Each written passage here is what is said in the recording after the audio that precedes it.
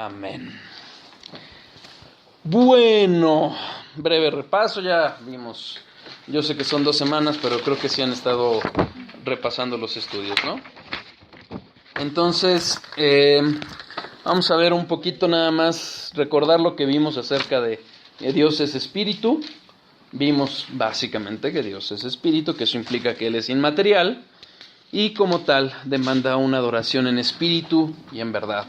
Vimos la razón de ser en buena medida de los sacrificios en el Antiguo Testamento. Vimos como ya hablando del Evangelio pasamos a una adoración que estamos más llamados en espíritu, y no porque nunca haya sido así, siempre fue así, siempre Dios buscó esos adoradores en espíritu y en verdad, y hoy más que nunca hoy nos ha capacitado a todos y cada uno de nosotros para adorar en espíritu y en verdad.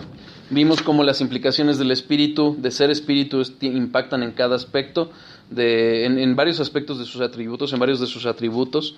Hablamos de la mujer samaritana, analizamos el pasaje de la mujer samaritana, y también vimos acerca del segundo mandamiento, de no adorar en imágenes, y que eso implica no solo las imágenes físicas, sino las imágenes mentales. Y hablamos de varios antropomorfismos de Dios, que cómo nos lo ha mostrado, que Él es Dios, y cómo a través de la palabra, a través de esos pasajes, en realidad nos está mostrando su carácter, sus atributos, sus obras, para que le podamos conocer. ¿De acuerdo?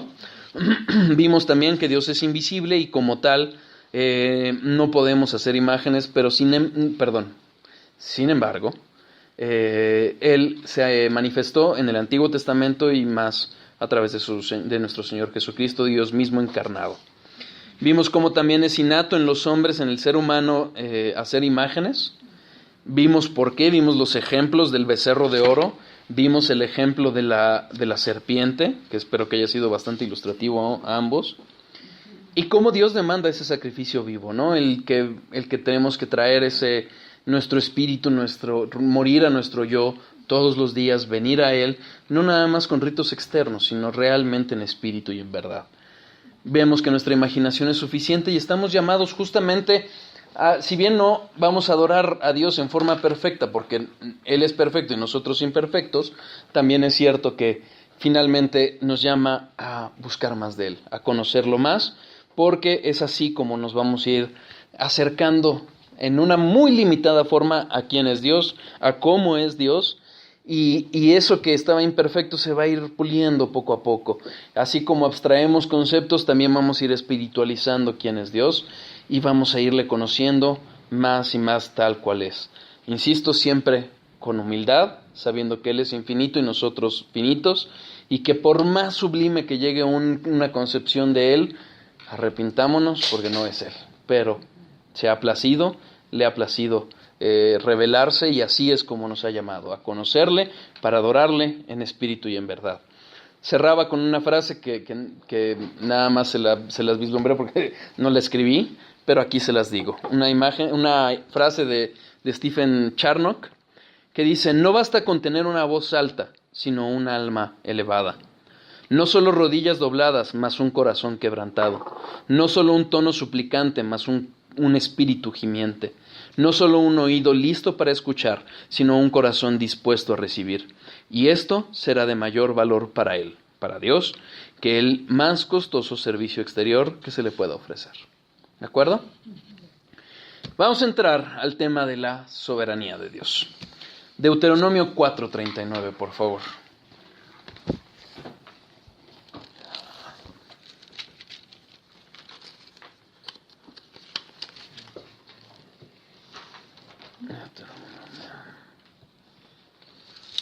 Deuteronomio 4:39.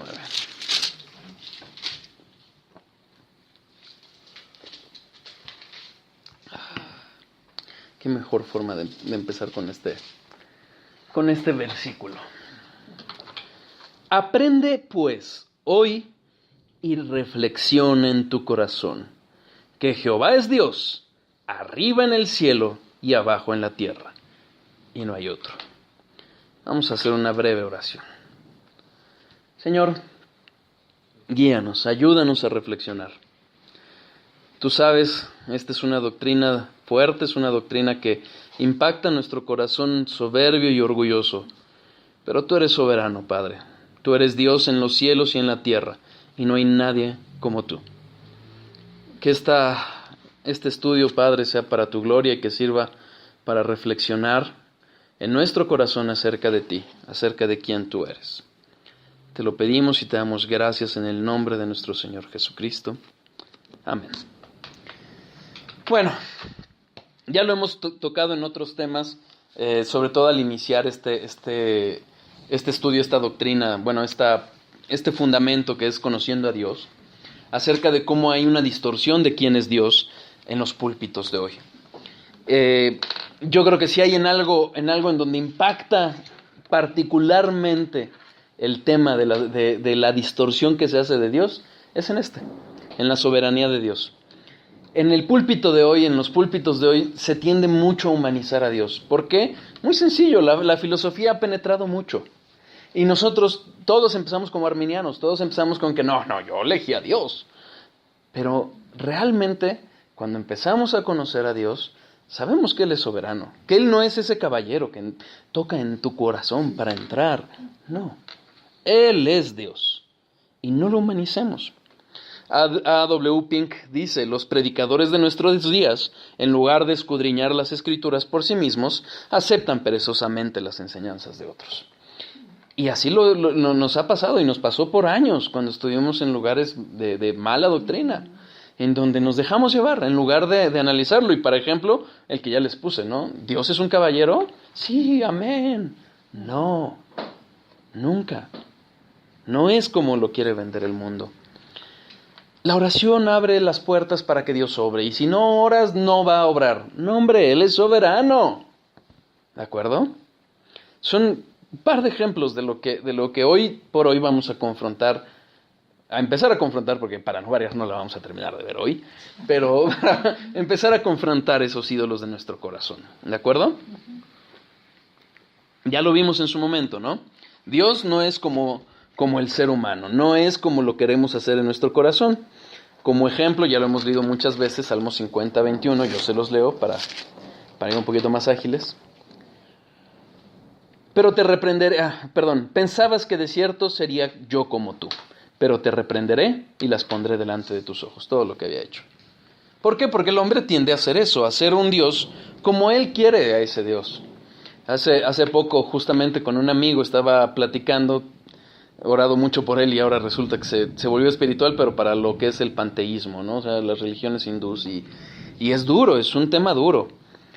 Finalmente, como muchos atributos, cuando los analizamos como están revelados en la Biblia, habrán algunos con los que coincidiremos con otras personas, pero otros no. Y este es uno de ellos. Este particularmente es uno de ellos. Porque el hombre en su frágil mente y en su frágil entendimiento tiende a decir, es que es injusto.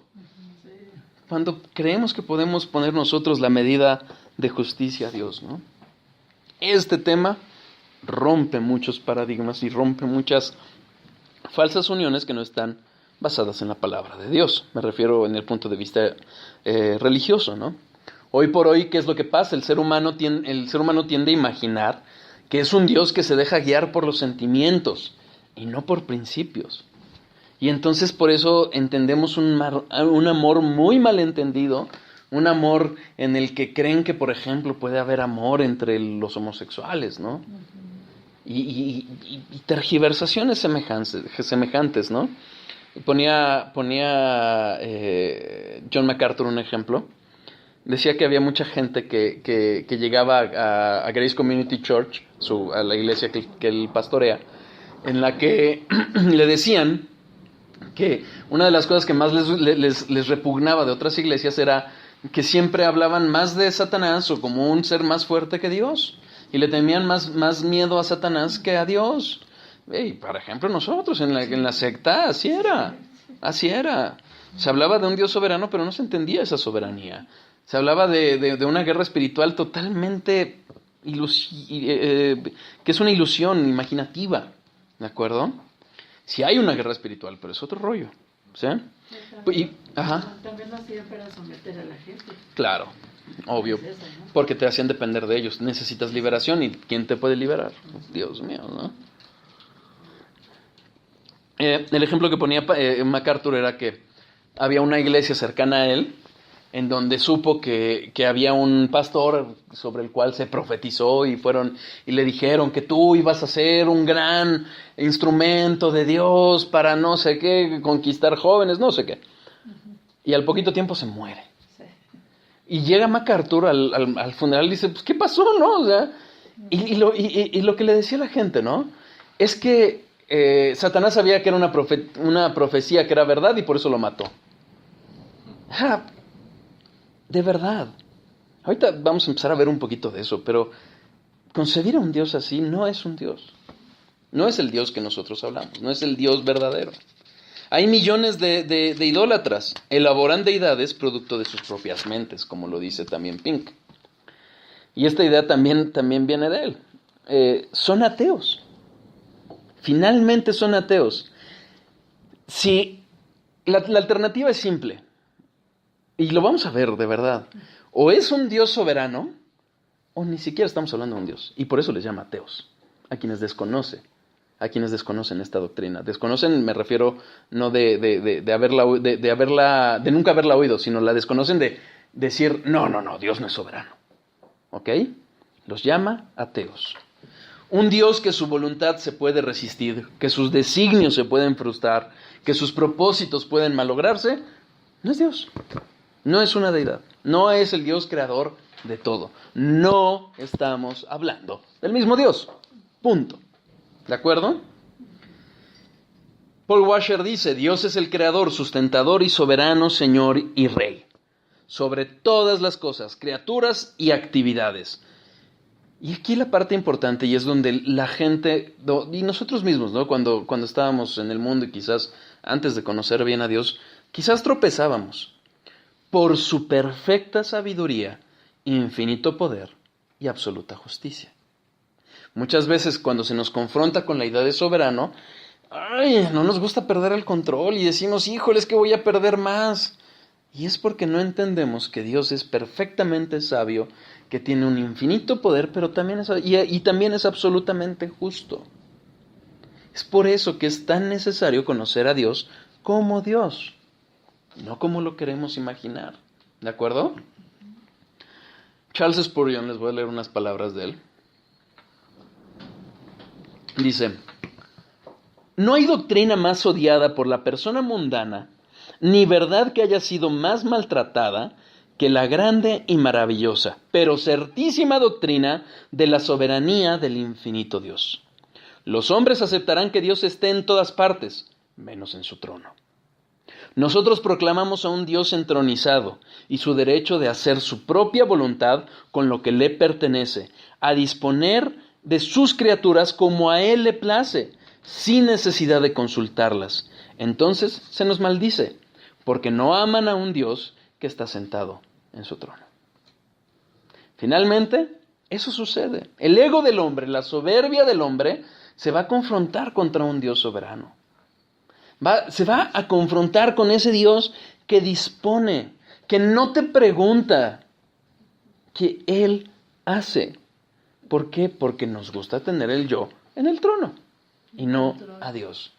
Sí, reconozco que Dios está en todas partes. No, pero no en un trono. Y sabemos, como ¿te acuerdan cuando hablábamos del antropomorfismo? Justamente, ¿no? Trono, soberanía. A eso se refiere. ¿Sí? ¿Vamos claros hasta aquí? Sí. Vamos a empezar a hablar acerca de la supremacía de Dios. La supremacía de Dios es un atributo por sí mismo. O sea, en sí es un atributo distinto de la soberanía, ¿ok? Van muy de la mano. Pero lo meto en este tema porque es como que el preámbulo para poder entender la soberanía, ¿ok? Supremo. ¿Qué es ser supremo? El más alto. En excelencia, en rango, en autoridad. Eso es ser supremo. Y de eso habla ese atributo de la supremacía de Dios. Es la posición más exaltada sobre toda la creación. Ahorita lo vamos a ver en la palabra. es justamente la distancia infinita entre nosotros, seres creados, con Dios en cuanto a sus atributos, en cuanto a su carácter, que Él es infinitamente perfecto, infinitamente sabio, espíritu, todos sus atributos,